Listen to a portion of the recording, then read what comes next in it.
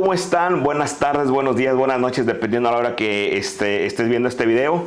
Y bueno, pues como ya saben, vienen las elecciones, entonces en Iowa es bien importante que las y los latinos nos organicemos, votemos. Y bueno, y como parte de esta intención, de este esfuerzo, de esta necesidad, pues se ha creado un grupo en el condado de Johnson. Si mi conocimiento está correcto, es la primera vez que de manera oficial dentro del Partido Demócrata hay este esfuerzo, lo cual se tiene que aplaudir porque habla de que sí se está respondiendo a que no solamente nos escuchen, sino que también participemos. Y en ese sentido, pues hoy estoy con Adam, que es candidato latino de origen venezolano para el Congreso local de Iowa. Y bueno, yo vamos a tener una serie de pláticas como esta, de conversaciones con la intención de motivar a todas y todos los latinos para que salgan a votar noviembre 8. Noviembre 8. Entonces, sí. Noviembre 8 van a ser las votaciones y hay que organizarnos. Pero bueno, sin más, ya les expliqué de qué va a tratar esto. Por cierto, el grupo se llama Votemos Juntos. Yo creo que es un buen eslogan porque los latinos y las latinas siempre vamos en bola para todos lados. Entonces también a las votaciones hay que ir en bola y en grupo. Pero bueno, ¿cómo estás, Adam? Estoy muy bien, sí. Me emociona muchísimo el grupo que tenemos y los esfuerzos que hemos empezado y con su ayuda. Muchas gracias. No, al contrario. Y bueno, como lo comentaba ahorita, yo antes que nada me gustaría que para los que no te conocen nos digas un poco de ti, de dónde vienes, estás corriendo, como decimos en el Spanglish, estás participando como candidato para un distrito local, o sea, un diputado local. Un poco primero tu historia y ¿para qué estás corriendo? Sí, bueno, empezando con mis padres, vinieron a Iowa hace 31 años para que mi papá estudie en la Universidad de Iowa, se entrenó de doctor. Perfecto. Y pues nunca habían vivido en un lugar donde hacía tanto frío, nunca habían vivido en un pueblito viniendo de Caracas, la gran ciudad. Entonces, pues se iban a quedar por 3 años en el programa de mi papá y ni un día más. Muchos llegamos hacia Iowa, ¿no? Bueno, a ti no te tocó, pero decimos, yo también desde a 2 años y vámonos para Michoacán. No, ver cuál.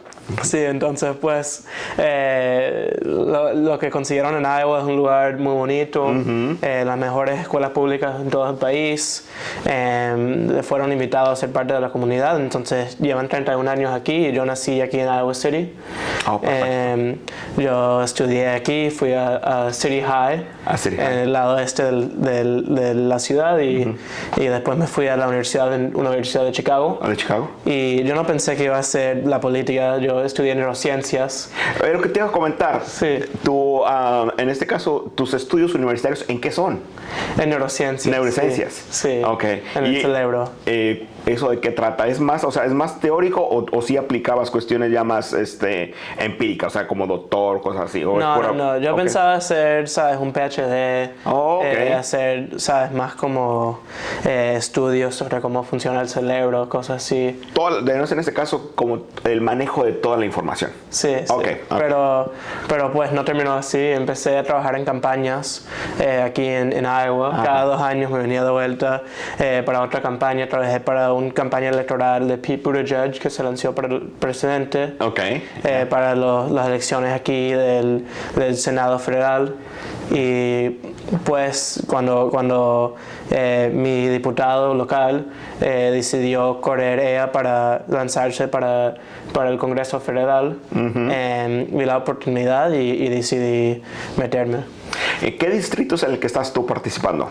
Bueno, se llama el Distrito 90. El 90. Sí, y cubre el downtown, el north side y el east side de Iowa City. Perfecto. Ahorita ya me diste como la oportunidad como para irme a la siguiente pregunta y que nos expliques un poco. Primero, muchos en Iowa, latinos y latinas, yo me cuento, es más, que no tengo la seguridad, ¿cuántos diputados locales hay? Sí, bueno, hay 100. 100. Somos 100, sí. Y en la Casa de Representantes, después 50 en el Senado del Estado. Y somos los que decidimos, digamos, cuántos taxes vamos a cobrar en el Estado, las escuelas, cuánto dinero les vamos a dar. Si ahora con la decisión nueva en el Corte Suprema, el tema es como el tema del aborto. Todo eso se decide en el Congreso del Estado. Y en este caso en la Cámara de Diputados, o sea, en la Cámara de ustedes. Exacto. ¿Y cuál es la diferencia, por ejemplo, que también nosotros, porque por ejemplo en México nosotros no tenemos, en los congresos locales no tenemos diputados y senadores locales, solamente diputados? ¿Cuál es la diferencia? Igual voy a preguntarle a alguien más también cuando invitemos, pero yo creo que tú ya nos puedes empezar a explicar. ¿Cuál es la diferencia entre un diputado local y un senador o senadora local? Para la mayoría de las cosas es muy similar. Okay. Digamos, los dos lados van a tener un comité que se trata de educación. Y, digamos, cuando decidimos cuánto dinero darle a las escuelas públicas, tiene que pasar el Senado y el Congreso. Okay. Sí. ¿Hay algo exclusivo que sea de cada cámara? Bueno, nada más se trata. Hay ciertas cosas que solo hace el Senado con posiciones que le toca escoger al gobernador y después tiene que confirmar el Senado. Pero con la mayoría de las cosas tiene que pasar por las dos casas. Por los dos niveles en este exacto. caso. Y después la gobernadora lo tiene que firmar. Pues. Perfecto, entonces bueno, más o menos ya nos quedó claro y entonces están las dos cámaras. En este caso de que parece que, digamos, de que corra todo normal como hasta el momento ha sucedido, vas a ser el primer candidato, en este caso el primer diputado latino del Partido Demócrata en la historia de Iowa. Sí. Entonces, ahí me va a dar como que un poco también la entrada al siguiente punto. ¿En qué crees? Obviamente tú vas a ser diputado para todos, ¿no? O sea, los latinos pues somos el 5%, ¿no? Que es un buen número. Pero en este caso, desde tu perspectiva, primero vamos a hablar de Iowa y después de los latinos. O sea, en Iowa, ¿tú qué crees que tenemos que ponerle atención? Digamos, cambiar el rumbo, porque yo creo que las cosas no se tienen que mejorar. Yo creo que hay cosas que se tienen que cambiar. No, claro. Bueno, yo te digo, hace 30 años... Sí. Cuando estados miraban qué hacer con las escuelas públicas, miraban a Iowa, porque Iowa era el número 1 en el país. Y 30 años, cada año hemos dado menos dinero a las escuelas, y ya no podemos decir eso, somos número 22. Wow. Y cayendo, ¿no? Entonces, para mí me parece que todos los niños deben tener una buena escuela pública, la oportunidad de estudiar y de mejorar su vida, ¿no? Y claro que para las familias latinas eso es hasta más importante porque la gente ha sacrificado tanto para traer a su hijo aquí, deben tener una buena educación pública.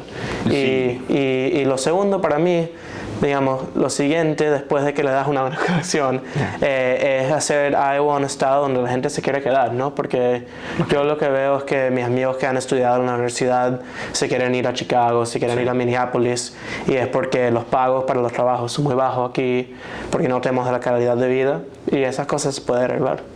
Entonces, bueno, aquí dos preguntas. Bueno, sí, tienes razón. A mí me gustaría hacer el comentario cuando dices sobre la educación, porque los latinos, cuando estamos hablando de 200,000 alrededor latinos, latinas, la comunidad Latinx en Iowa, y lo primero que se viene a la mente es pensar en Des Moines.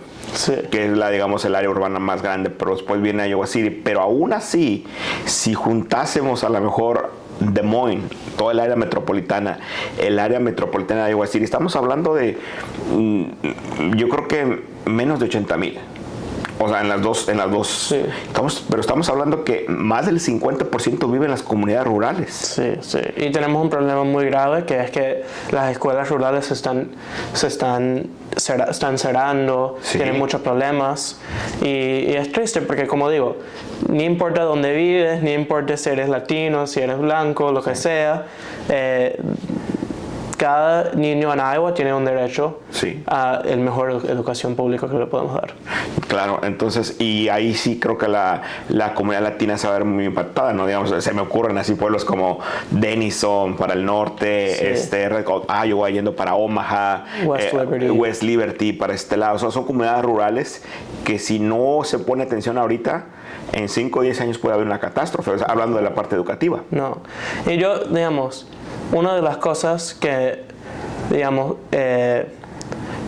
que hacemos muy bien en Iowa, ¿no? Sí. Porque todavía no es que están tan mal la situación, y tú ves aquí en la Universidad de Iowa, ves muchos estudiantes latinos Sí. que sus padres vinieron con nada y que por las escuelas públicas llegaron a la Universidad de Iowa, llegaron a salir adelante, pero digamos, si no invertimos en las escuelas, si dejamos esa inversión, eso no va a seguir así, y eso es muy triste para mí.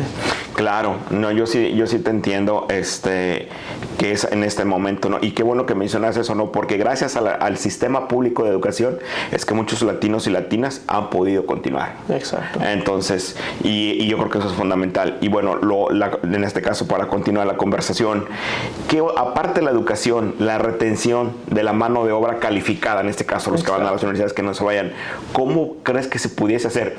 A mí yo un poco sonreía en el sentido, si lo digo, de hecho no me debería de reír porque es algo muy serio, pero es un tema que desde que yo recuerdo hace 15 años ya hablábamos de ese problema. Sí. ¿Cómo hacer que en este caso las y los jóvenes de Iowa se queden? Sí, es casi 30% de los estudiantes que se gradúan de las universidades que se van. Y de hecho eso pasa con la comunidad latina, y a mí me da tristeza, ¿no? Porque de por sí, dentro de la comunidad no hay muchos profesionistas, pero por ejemplo, a mí ahorita te podría dar 5 nombres de latinos o latinas que no encontraron un trabajo y viven ya sea o en Austin, Texas, o en Chicago. De hecho, por ejemplo, el otro día platicaba con los papás de un estudiante latino que se fue para Utah. Sí. Pero yo dices, oye, esos deberían estar acá. Sí. No, pero entonces, Estoy de acuerdo. ¿qué Y se si puede quieres hacer en ese líderes, tema? así es como vas a tener líderes en la comunidad, es mantener la gente que le va bien, que sale adelante. Y es un problema complicado, ¿no? Pero es la tema de tener, ¿sabes? La gente joven, por ejemplo, quiere parques, quiere lugares afuera, no hemos invertido en esas cosas. Sí. La gente joven no quiere un estado que les quite los derechos humanos, no quiere un gobernador que dice cosas horribles todo el tiempo de los latinos, ¿no? Claro. Que los ataca. Entonces yo entiendo por qué es que especialmente los niños latinos se van cuando tienen la oportunidad, pero eso puede cambiar. No, sí es cierto. Fíjate que a lo mejor, yo creo que en el caso también de los latinos sí sienten ese ambiente, Sí. como dicen ellos, en este environment, este ambiente como de rechazo.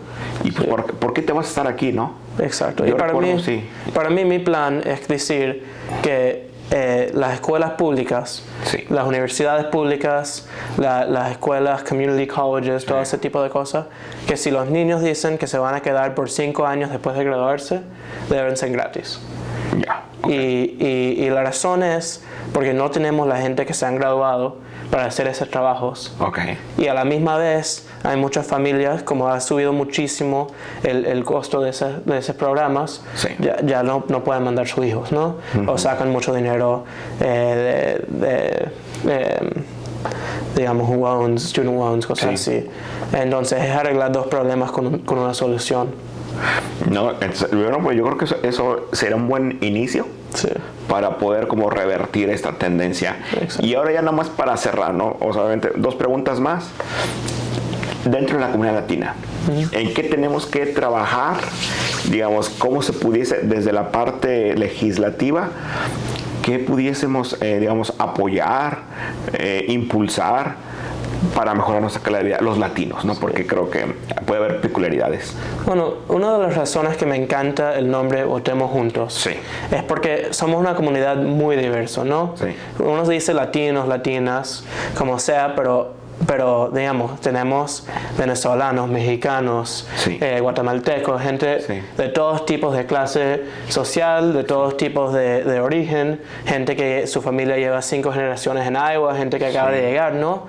Pero si queremos lograr tener poder político, tenemos que ir a votar juntos. Y aquí en Iowa los latinos no votan en el mismo nivel, en el mismo porcentaje, aunque los que son ciudadanos que tienen el derecho de votar, como la población general. Sí. Entonces, lo primero es organizarnos, ir a votar y que nos tomen en serio, ¿no? Sí, sí, porque también yo siempre lo digo, ¿no?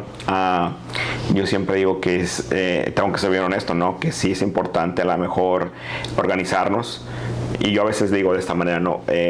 Organizarnos cuando es necesario salir a protestar, pero cuando es súper más necesario es cuando hay que ir a votar. No, exacto. Porque de nada sirve organizarte si no votas, de nada sirve si protestas y no votas. ¿Sí me explico? Pero entonces ese ciclo en una democracia como la de Estados Unidos, donde el voto sí cuenta, tiene que terminar ahí, en la urna. Sí. Entonces, pero por ejemplo, en este caso, ¿qué les dirías a los latinos en el caso de Iowa?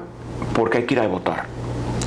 ¿Cuál puede ser como la motivación para que un latino vaya a votar? Sí entendemos que si no votamos, pues no contamos, pero en el caso de Iowa, por lo que está sucediendo, por lo que ha sucedido los últimos 4 años, ¿tú cómo ves, no? O sea, en el gobierno del estado de Iowa. Bueno, yo en realidad, digamos, mi papá trabaja de doctor Sí. de los más enfermos aquí en la Universidad de Iowa. Y cuando empezó la pandemia, pues casi todos los pacientes eran latinos Sí. y latinas, muchos de Columbus Junction, de las fábricas de animales, ¿no? Sí. Pues, y la gobernadora no los tomó en serio. Digamos, la gobernadora no les respetó. Sí.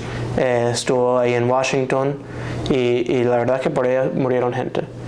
Y entonces, si queremos un gobierno que nos respeta, que nos toma en serio, que quiere que los latinos les vaya mejor en este estado, Sí.